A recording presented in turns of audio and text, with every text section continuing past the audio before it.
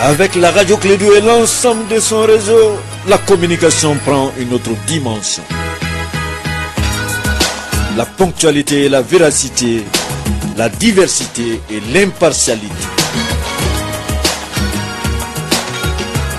À l'écoute de la radio Clédou et sur l'ensemble de son réseau, le temps passe très vite. Les sports, les infos, la musique, l'actualité, le tout amusé et servi à chaud pour vous sur Radio Clédou.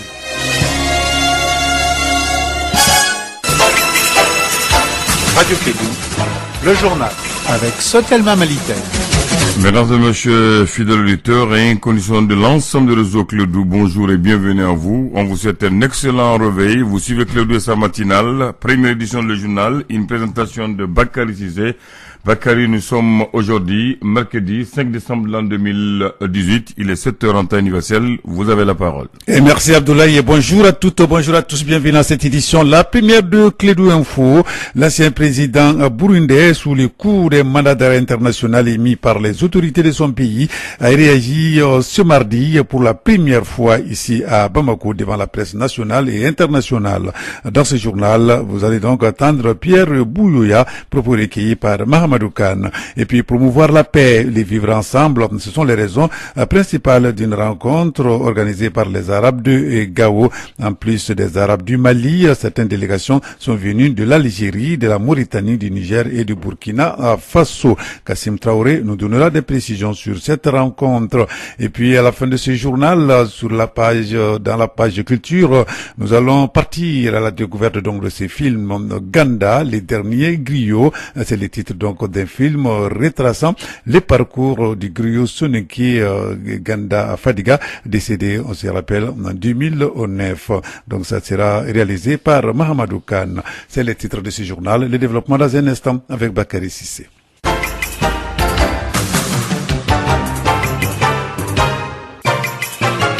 Bienvenue à l'édition de ce mercredi 5 décembre 2018. Je le disais tantôt, démarche dangereuse, manœuvre politique, manœuvre de diversion. Les mots sont choisis. Ils sont signés Pierre Bouyoya, l'ancien président burundais sous les coups des mandats d'arrêt international, émis par les autorités de son pays, a réagi hier mardi pour la première fois ici à Bamako devant la presse locale et internationale. Bujumbura souhaite son extradition ainsi que ses autres des ex-officiers supérieurs burundais pour qu'ils répondent de leurs actes lors de l'assassinat en 1993 de Melchior Ndadaye, notre président burundais. Nous proposons ici d'écouter Pierre Bouyoya. Les propos sont recueillis par Mahamadou Khan.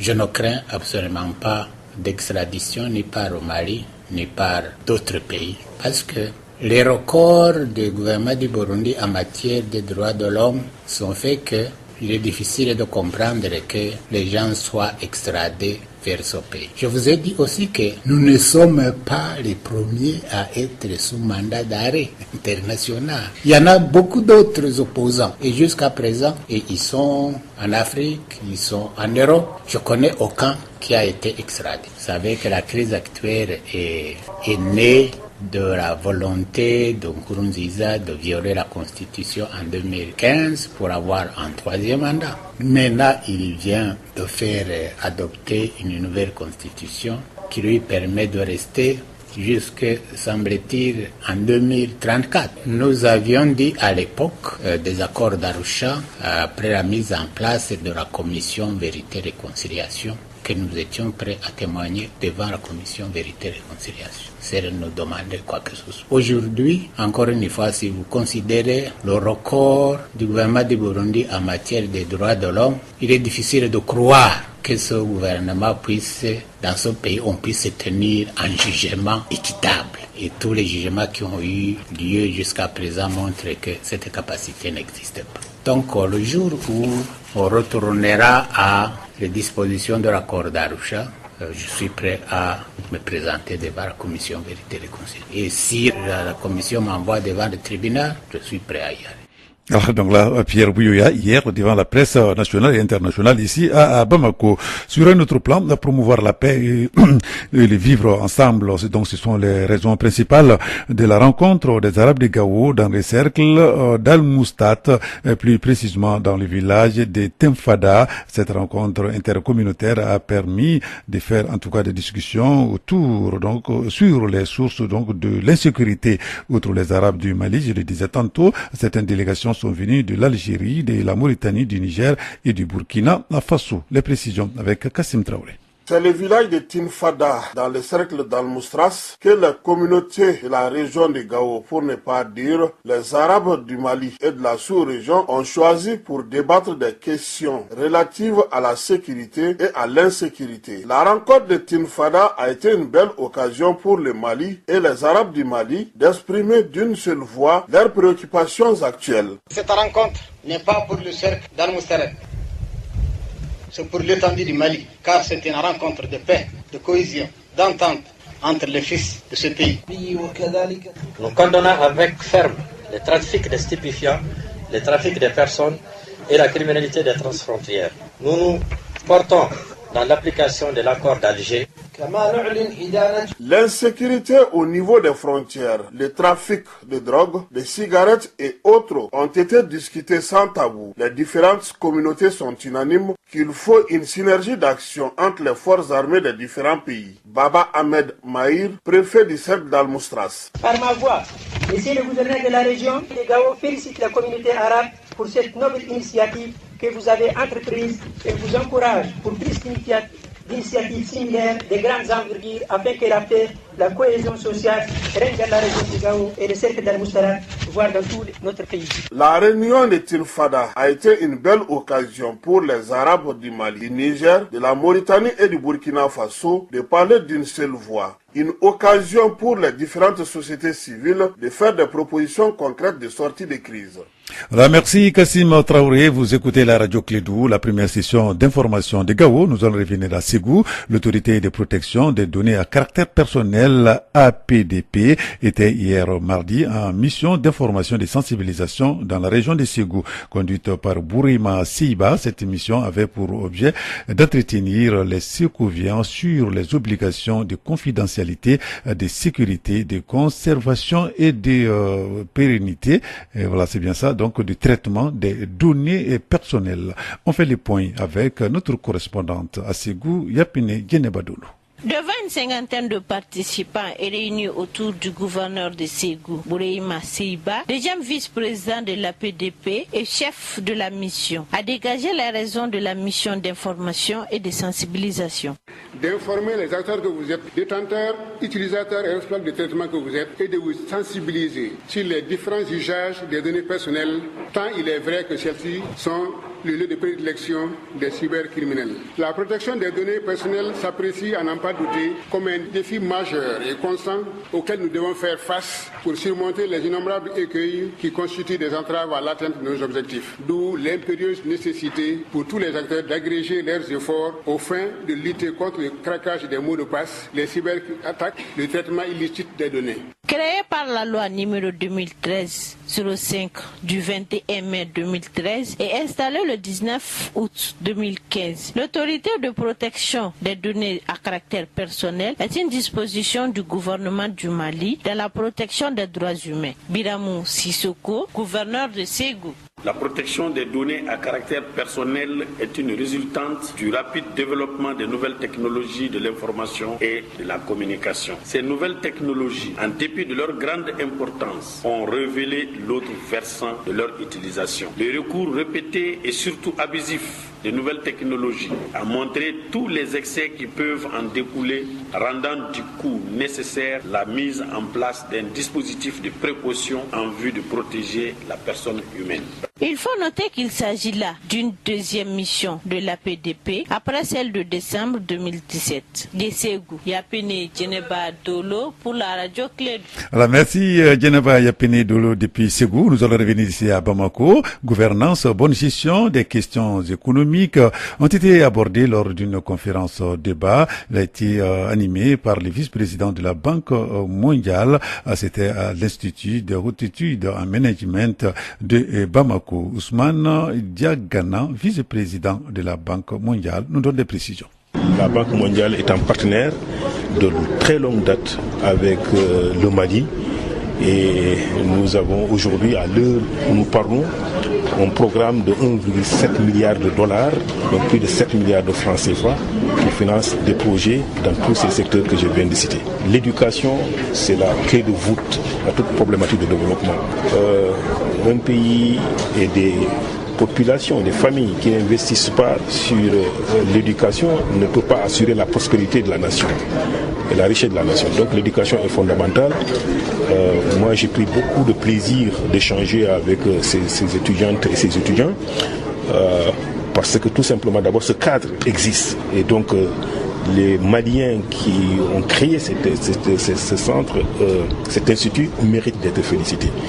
Les étudiants qui prennent des cours ici reçoivent une éducation de qualité et je suis persuadé que demain, ils peuvent être des acteurs importants dans le développement du Mali, soit en tant que créateurs ou créatrices d'entreprises eux-mêmes ou elles-mêmes, ou en tant que fonctionnaires de l'État, ou même, pourquoi pas, en tant que haut fonctionnaire de la Banque mondiale. Parce que ce que j'ai vu aujourd'hui, c'est des hommes, c'est des étudiantes et des étudiants qui ont le potentiel pour pouvoir véritablement avancer dans leur vie professionnelle et contribuer et porter une pierre à la construction de l'édifice, soit au Mali, soit sur le plan international.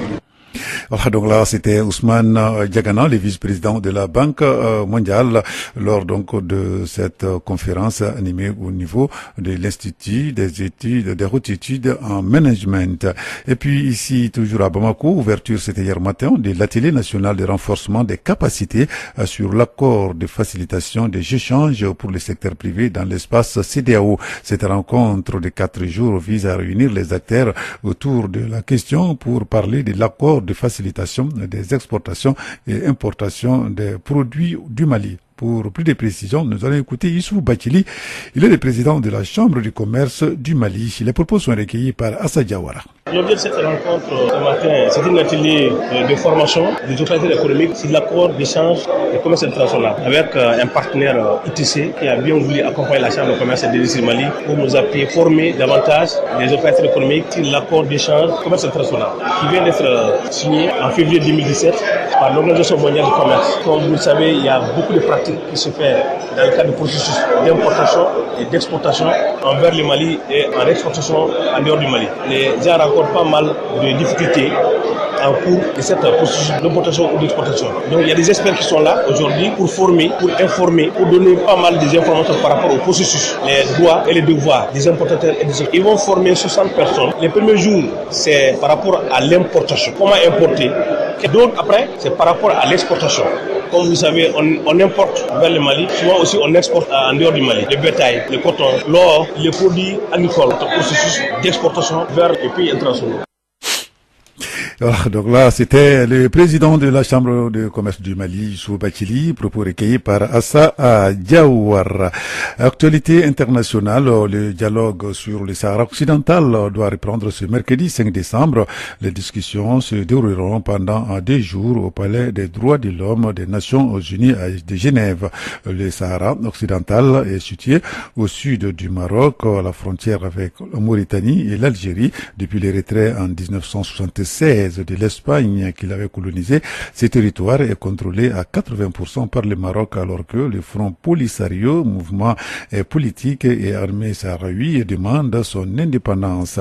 Les négociations sous l'égide de l'ONU sont au point mort depuis 2012, jusqu'à ce que, lorsque leurs nouvelles envoyées donc des Nations Unies sur cette question, ne décident donc de ressusciter les dialogues en invitant tous les acteurs donc à Genève pour vraiment parler de ces problèmes. Et puis la campagne pour le second tour de l'élection présidentielle a été officiellement lancée hier 4 décembre à Madagascar. Les deux anciens chefs d'État, André Rajoelina et Marc Ravalomanana, ont donc 2 semaines pour convaincre les électeurs. Ils ont tous les deux en tout cas commencé leur campagne dans le centre du pays avec une cérémonie religieuse, l'un comme l'autre, certains donc de leur victoire. Voilà, donc nous allons attendre les jours J pour voir qui va revenir donc à la tête donc de ce pays. Je le disais, nous allons revenir cette fois-ci pour parler culture avec ces films qui sera bientôt lancé. Ganda, les derniers griots, c'est les titres donc de ces films retraçant le parcours du griot Soninké Ganda Fadiga, décédé en 2009. Ousmane Diaganam, le jeune réalisateur mauritanien, revient pendant plus d'1 heure sur la vie de ces virtueuses de la mélodie entre témoignages et hommages. Les proches et autres compagnons refont l'histoire donc de l'un des plus grands griots soninké de tous les temps. C'est ce que nous dit Mohamedou Khan.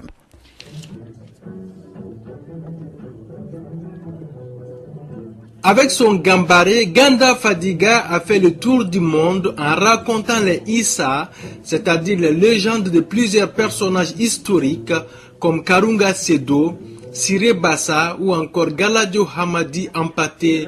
Il incitait les jeunes soninké au courage, à la bravoure et à l'humilité. Ousmane Diagana, réalisateur de Ganda, les derniers griots. Je trouvais que Ganda était, en tout cas, avec quelque chose de particulier, de singulier, et cette chose, ce truc particulier que j'avais envie de raconter. Et cette histoire singulière, mais aussi universelle, d'un homme qui est parti de son village et qui a réussi quelque part, là où les politiciens, en tout cas là où les hommes politiques ont échoué, lui il a réussi là-bas. Ces films documentaires transportent les téléspectateurs entre l'Afrique et l'Europe, les 2 continents qui ont vu naître et mourir le griot soninké Ganda Fadiga.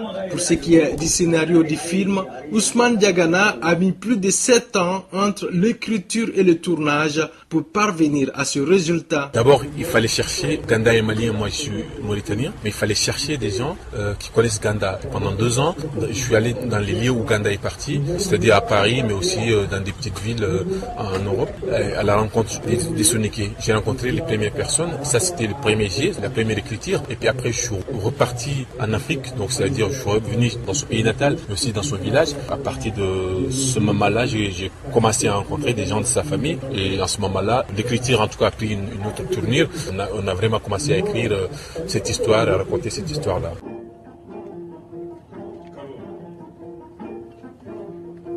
L'histoire de Ganda se raconte à travers son mythique gambaré, l'instrument traditionnel de musique qui fera de lui le griot international soninké sollicité de tous. Vers les années 90, il jouera avec la guitare acoustique ou encore la guitare basse, quel que soit l'instrument de musique. Ganda Fadiga n'a cessé d'émerveiller ses mélomanes à travers ses mélodies qui véhiculent des messages pleins de sens. Pour moi, Ganda incarne vraiment ce que l'Afrique peut offrir au monde. On nous dit toujours que le monde nous taxe ça. Qu'est-ce que l'Afrique a à offrir, à part deux pauvres footballeurs qui jouent bien le foot, ou je sais pas moi, 2 chanteurs hyper connus. À part ça, qu'est-ce que l'Afrique peut offrir? Moi, je pense que l'Afrique peut offrir ça. Et ça, c'est les paroles sages que Ganda a, c'est ce rythme que Ganda a, qui est universel. Quand il dit aux gens ne volez pas, quand il dit aux gens respectez vos parents, ça peut parler en chinois. C'est des valeurs universelles que Ganda partage. Ganda, le dernier griot, a été financé par le CNC, le Centre national de cinéma de France et les régions Île-de-France. Ousmane Diagana, le réalisateur des films, regrette le manque d'implication des autorités maliennes et africaines dans le financement de son produit et globalement des œuvres cinématographiques des réalisateurs africains. Pour l'instant, aucune date n'a été annoncée pour la sortie officielle des films. Voilà, merci Mahamadou Khan. Avant de nous séparer, voici l'information météorologique.